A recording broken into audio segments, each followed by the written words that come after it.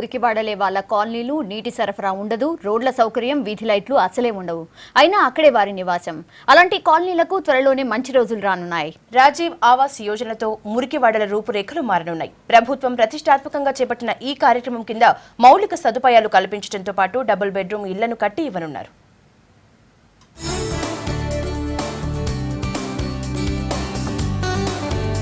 మురికివాడల ప్రజల జీవితాల్లో వెలుగులు నింపేందుకు ప్రతిష్టాత్మకంగా చేపట్టిన కార్యక్రమం రాజీవ్ ఆవాస్ యోజన పథకం రే.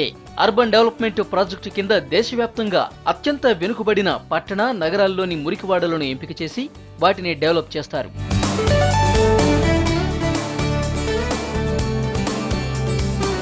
ఖమ్మం జిల్లాలోని రమణగుట్ట, రామన్నపేట, దానవాయిగూడెం కాలనీలు ఈ పథకం కింద ఎంపికయ్యాయి. ఈ కాలనీలకు మౌలిక సదుపాయాలు కల్పించడంతో పాటు ఇళ్లు లేని పేదవాళ్లకు డబుల్ బెడ్రూమ్తో ఇళ్లను కట్టించనుంది.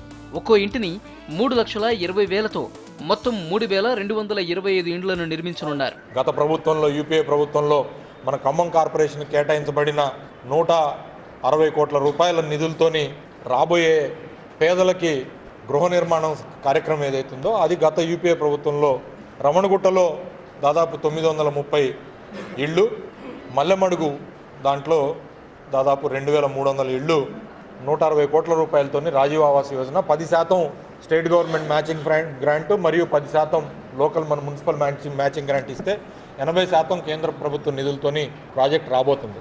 రే పథకంతోనైనా తమ కాలనీలకు కనీస సదుపాయాలు వస్తే చాలంటున్నారు స్థానికులు. ఈ రాజీవ్ ఆవాస్ పథకం కింద నిరుపేదలకు ఇండ్లు కట్టిస్తామని, మురికివాడలు అభివృద్ధి చేస్తామని కేంద్ర ప్రభుత్వం పిలుపునిచ్చిందో అదేవిధంగా ఇక్కడ ఖమ్మం రమణగుట్ట ప్రాంతంలో గత కొన్ని సంవత్సరాల నుండి కూడా ఇక్కడ ప్రజలు చాలా ఇబ్బందులకు గురవుతున్నారు. ఇక్కడ మురికివాడల్లో నివసించుకుంటూ పిల్లలు, పెద్దలు అందరూ కూడా ఇక్కడ డ్రైనేజీ ఎక్కడ కన్వీనియంట్గా లేకుండా ప్రజలు ఇబ్బంది పడుతున్నారు. ఇక్కడ దోమలకి మరి కరెంటుకి నీళ్ళకి చాలా ఇబ్బందిగా అవుతుంది. చుట్టూ చెట్లు ఇవన్నీ అసలు చాలా పాములు, కోతులు ఇవన్నీ వచ్చి మేము చాలా ఇబ్బందులతో బాధపడుతున్నాం. అసలు కరెంటు కూడా మాకు సౌకర్యంగా లేదు. ఎక్కడ తగిలించుకున్నా కానీ మళ్ళీ ప్రభుత్వం వచ్చి తీసేయటం జరుగుతుంది. కార్పొరేషన్ అయిన ఖమ్మం జిల్లా కేంద్రం ప్రకటించిన స్మార్ట్ సిటీ లిస్టులో కూడా చోటు దక్కించుకుంది. దీనికి రే పథకం కూడా తోడు కావడంతో జిల్లా మరింత డెవలప్ కానుంది.